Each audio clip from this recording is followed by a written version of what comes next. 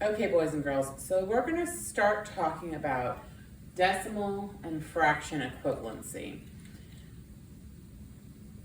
You're going to want to pay attention and probably bookmark this particular video to refer back to as we're doing this unit both before and after winter break.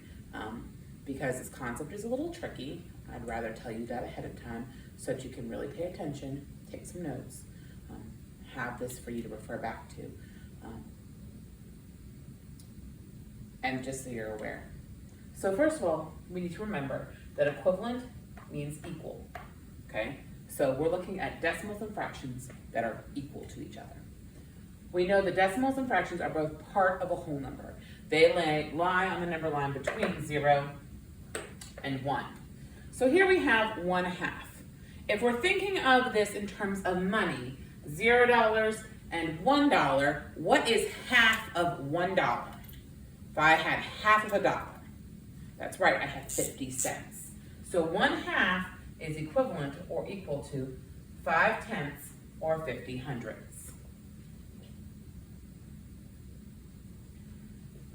If I have 1/4 or 1/4 of $1, a fourth is also known as a quarter, and a quarter is 25 cents or 25 hundredths. So if I have a fourth, a half, here's 3/4, and 3/4 of a dollar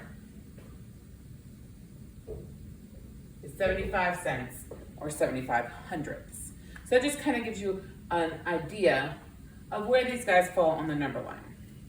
So what happens when you're given a question on a test or a quiz, and it says, which of these decimals is equivalent to this fraction? Or which of these fractions is equivalent to this decimal? Well, a lot of times they'll use what we call benchmark fractions and decimals, which you can just memorize and know. But if it's not one of those, you're going to have to figure out how to convert either the decimal to a fraction or the fraction to the decimal. And I'm going to show you both of these things right now.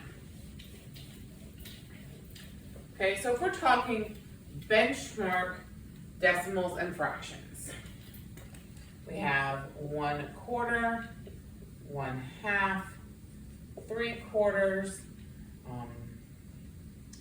1/3, 2/3. So 1/4 is 25 hundredths, 1/2 is 5/10 or 50 hundredths, 3/4 is 75 hundredths, 1/3 is 333 thousandths with a repeating 3, meaning that that goes on and on and on and on for forever, the 3's do. But we can write it with 0.333 and a line over it, and a line over top of that number means it goes on forever and ever and ever. 2/3 is 0.667 thousandths with, again, that line going on and on and on, because that goes on forever and ever and ever. And I've rounded it to the 7, so technically it would be the 6 that goes on and on for forever. So we'll just leave it like that. The 7 kind of rounds up. So we have 1/4, 1/2, 3/4, 1/3, 2/3.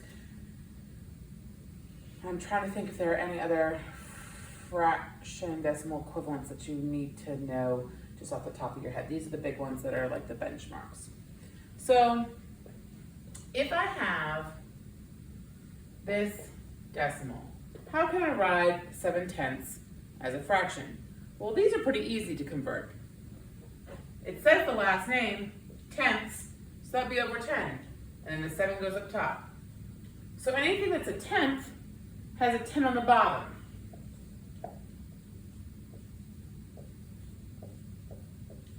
Two tenths, 2/10, 2/10. 3/10,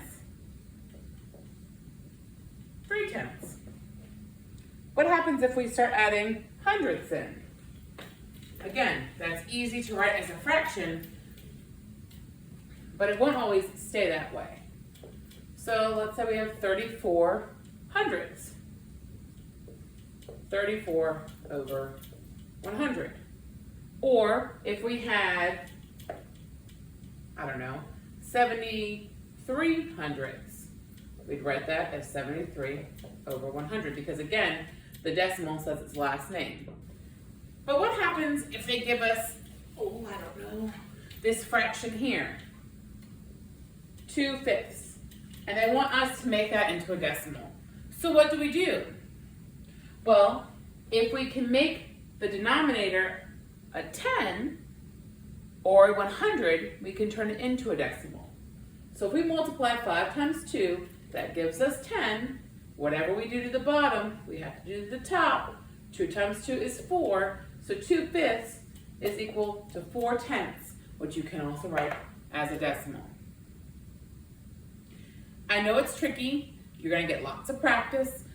Please bookmark this video so you have it to refer back to and use it this week and then use it again after winter break so that you have a frame of reference while you're doing this math. I hope it helps.